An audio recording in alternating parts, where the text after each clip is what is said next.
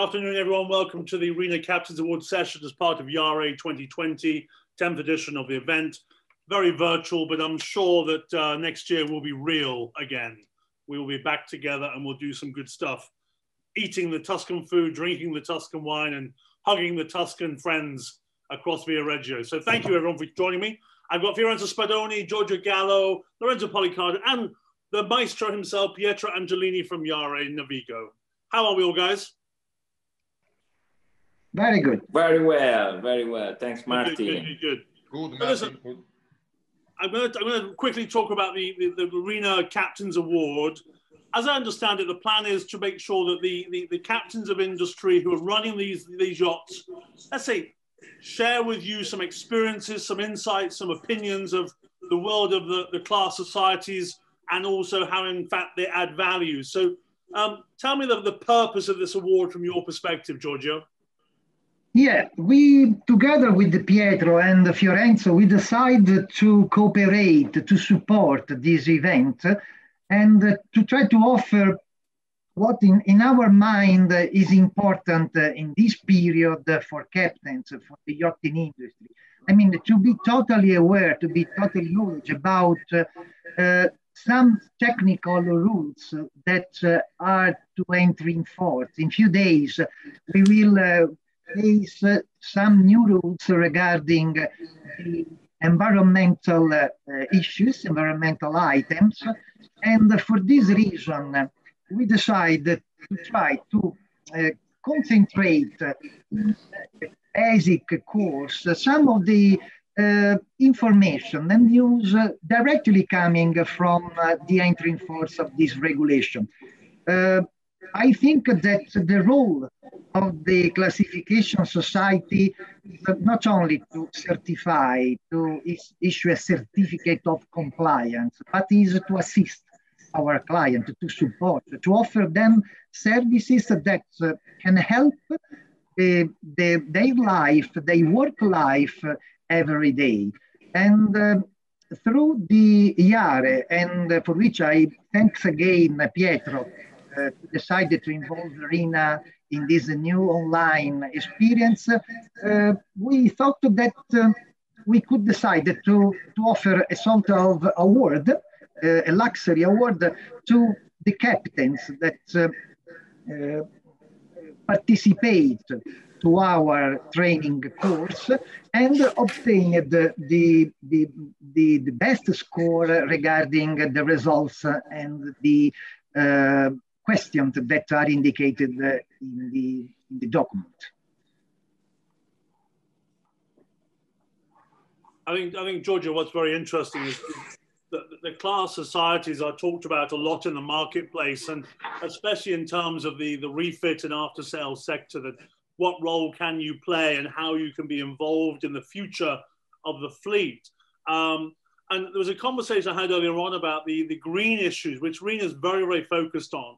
And I think I'd just like to bring up with you, because you're on the screen, Lorenzo, maybe you saw this session as well, whereby there was a reference to the auxiliary power, and that class societies were suggesting that, or they were suggesting that class societies make the use of large generators the issue and not the actual industry, whereby you wanted, let's say, 200 kW and a redundancy 200 kW, therefore you had two big generators, as opposed to lots of small generators.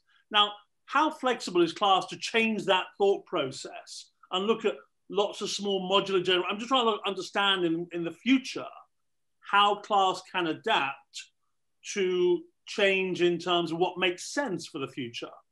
It's a big topic that's always been about rigidity of rules or regulations, but how flexible can we be? Fiorenzo, maybe if you can unmute yourself, you can add. If you just unmute yourself, yeah?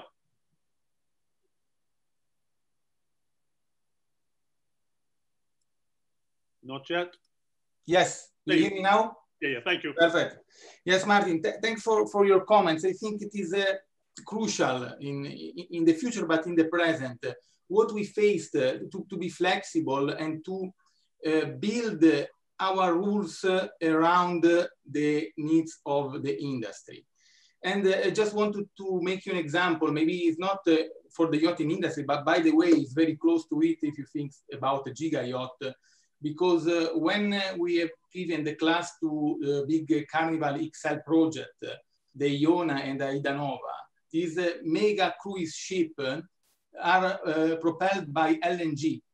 And so far, there is no set of rules for LNG, I mean, before it was constructed. What we did, we accept the challenge, even if we didn't have this set of rules, but we built the rules together with the ship, let's say.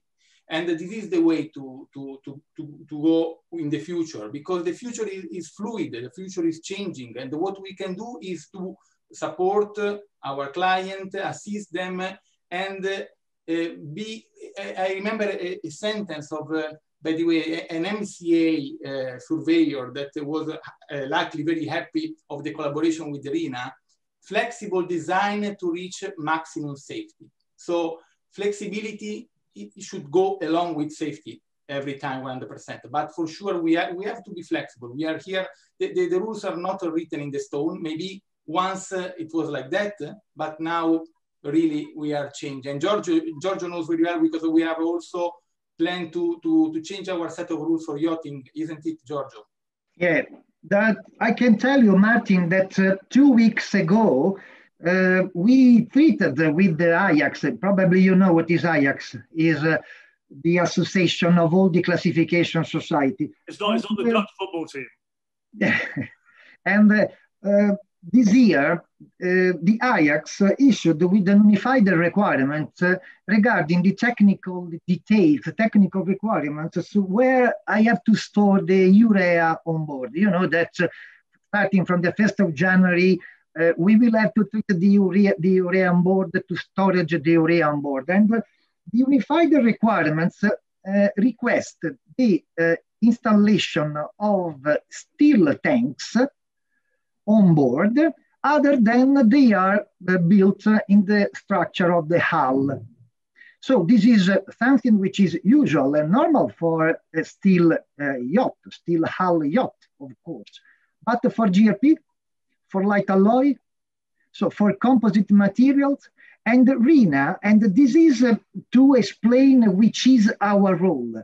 We rejected this unified requirement, trying to explain that for a yacht in GRP, in composite construction, it is not possible to design a steel tank to be floated in a GRP compartment. So it's something which is not feasible.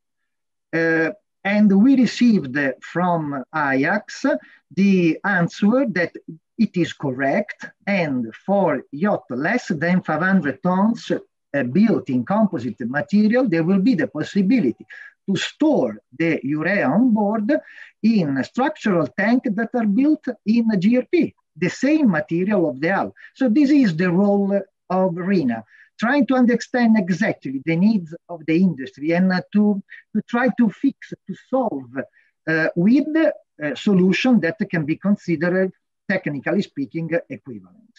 I think that also allows us to sort of focus in on the captain's award idea, because obviously what it does is gives captains a chance to have a better dialogue with you as an associate, as a class society, and say, this is what we think, this is what we feel, and that feedback is critical for the future of a class society. The operational side, the safety side, the integration of new thinking. By having a captain's award with Rina and actually getting this interaction and feedback makes the class society even smarter. And I think that's really what you're doing in terms of the award program. Is that correct? Yes, very correct, Martin. I totally agree.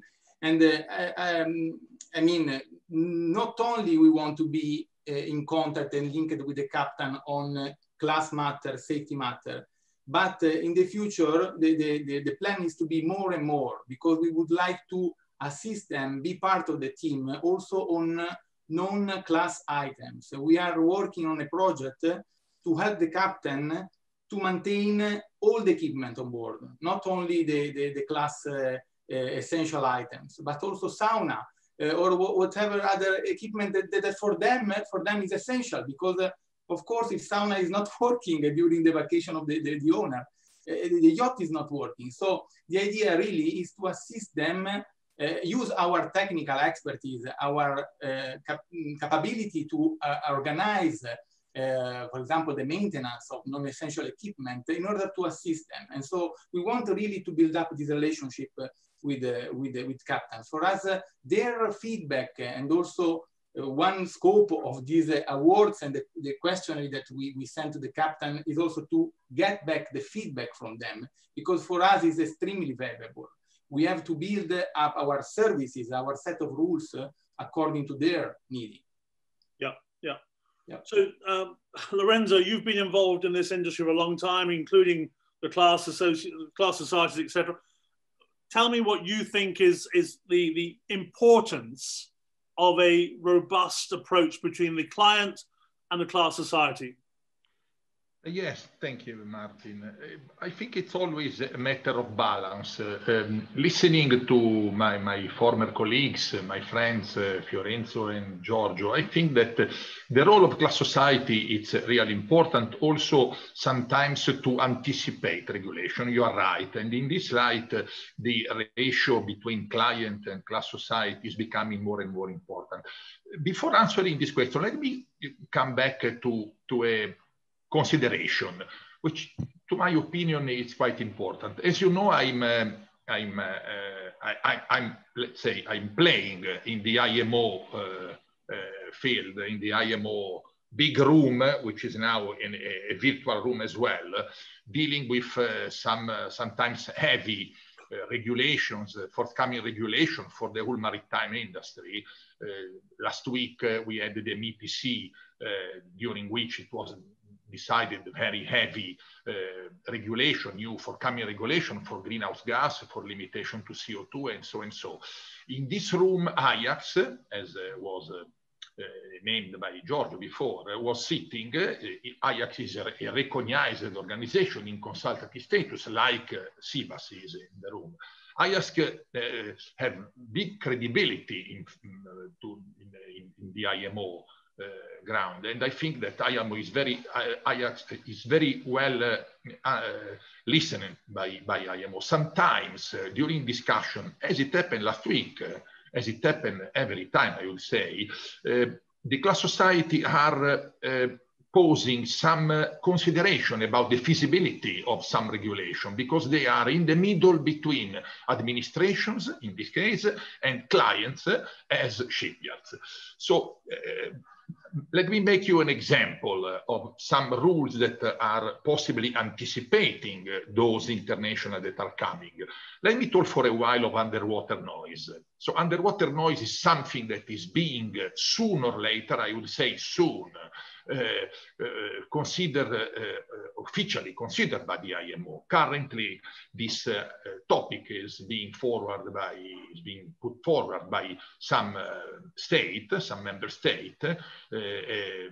One before the other is the Canadian government, Canadian member state. You have to know, Martin, that in Vancouver port, Canadian government decided to award, by reducing taxes to ships, all ships, including yachts, being provided with a class notation by an Ajax class society, which is currently the only, let's say, I would say, regulatory instrument to demonstrate or to witness the compliance with some requirements, which are not yet in place. So by sure, indeed, a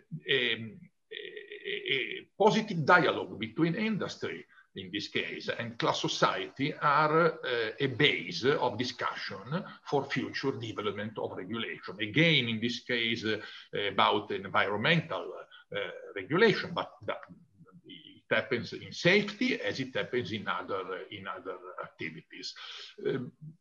Let me add that compared to some years ago, in the modern approach, in the modern time, class society have, in general, all class society have a very close dialogue with industry, with their clients, keeping in mind the role they have, because by sure, sometimes they act as a consultant, sometimes they act in the advisory services, but first of all, which is the most important topic, they have to respect regulation. Sometimes they represent flag administration for some flag state requirements.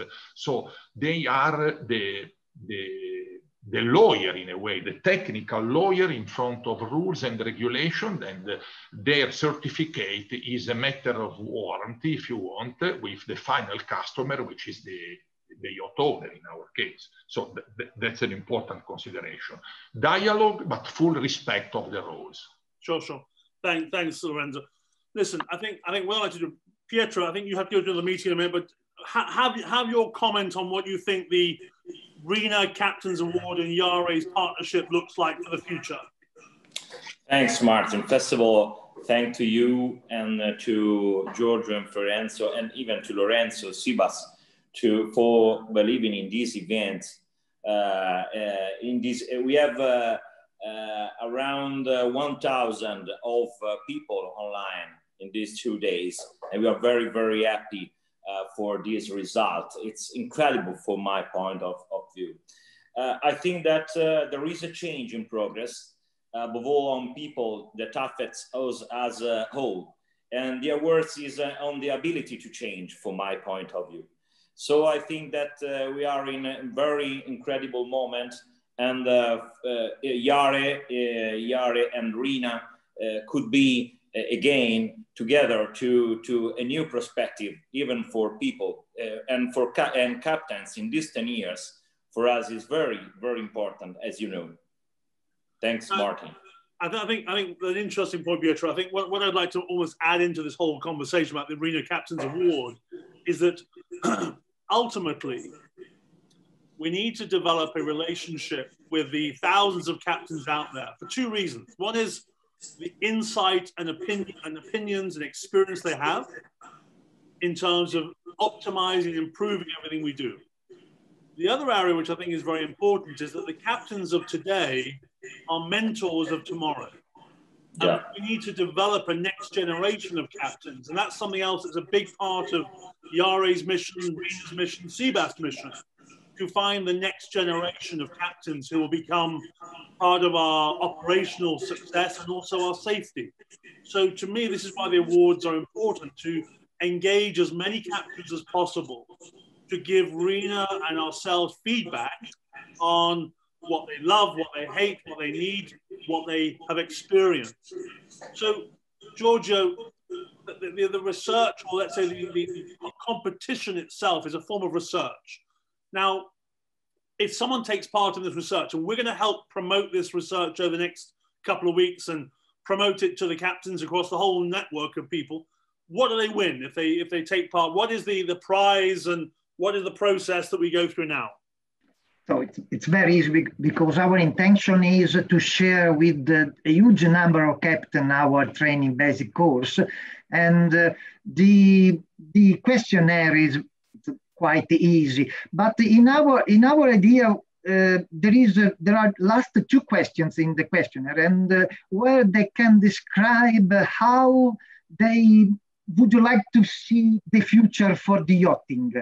And in my opinion, which are the most important items that we have to manage, we have to face in for the future. So we are very interested in understanding their opinion on this matter. And together with Lorenzo, Fiorenzo, and Pietro, we will decide at the end who will be the winner. And I think that the premium is something which is only a symbol, okay? But the most important thing is to understand if captains coming from the pleasure sector or the charter sector, the pleasure segment or the charter segment, which is exactly their feeling. And on the basis of the perception of this feeling, I am sure that we will be able to understand better their needs, and we will be able to tailor exactly the rules proposal for the to increase the value and the safety of their own yacht. Perfecto, perfecto. So let me say, the criteria for winning is, yes, taking part in the survey and research, but it's also based on the most interesting, most relatively unique input you're getting from the captain. So it's not just about ticking a box and answering questions. It's actually sharing a really honest, candid insight that can help, let's say, form the future of the marketplace. So any captains watching today, as we broadcast this competition and we share it with everyone around the world, it's about how much you share with us in terms of your opinion, your ideas, and exactly what you think we can do better. Is that correct? Yeah. Perfecto. Okay, so listen, any final comment from the Rina team? No. Naturally, I want to explain that we postponed the awards at the end of B2C because we have had many participation on this award. So we want to have all the schedule inside, and we decide to postpone at the end of B2C. So the captains have more time to participate to the awards. Yeah, Pietro, the end is related to the 4th of December. Yes, exactly. At the end of B2C. Perfect. Okay. So we will promote this all next week, and we'll broadcast and we'll tell everyone, and then we'll have the answer next week. Is that correct? Exactly. Correct. All right, wonderful. Thank you very much indeed, guys. I look forward to seeing you. Thank you, Martin. And I'll see you next year. Thank you to all the participants. Bye-bye. Take Bye, care. Martin.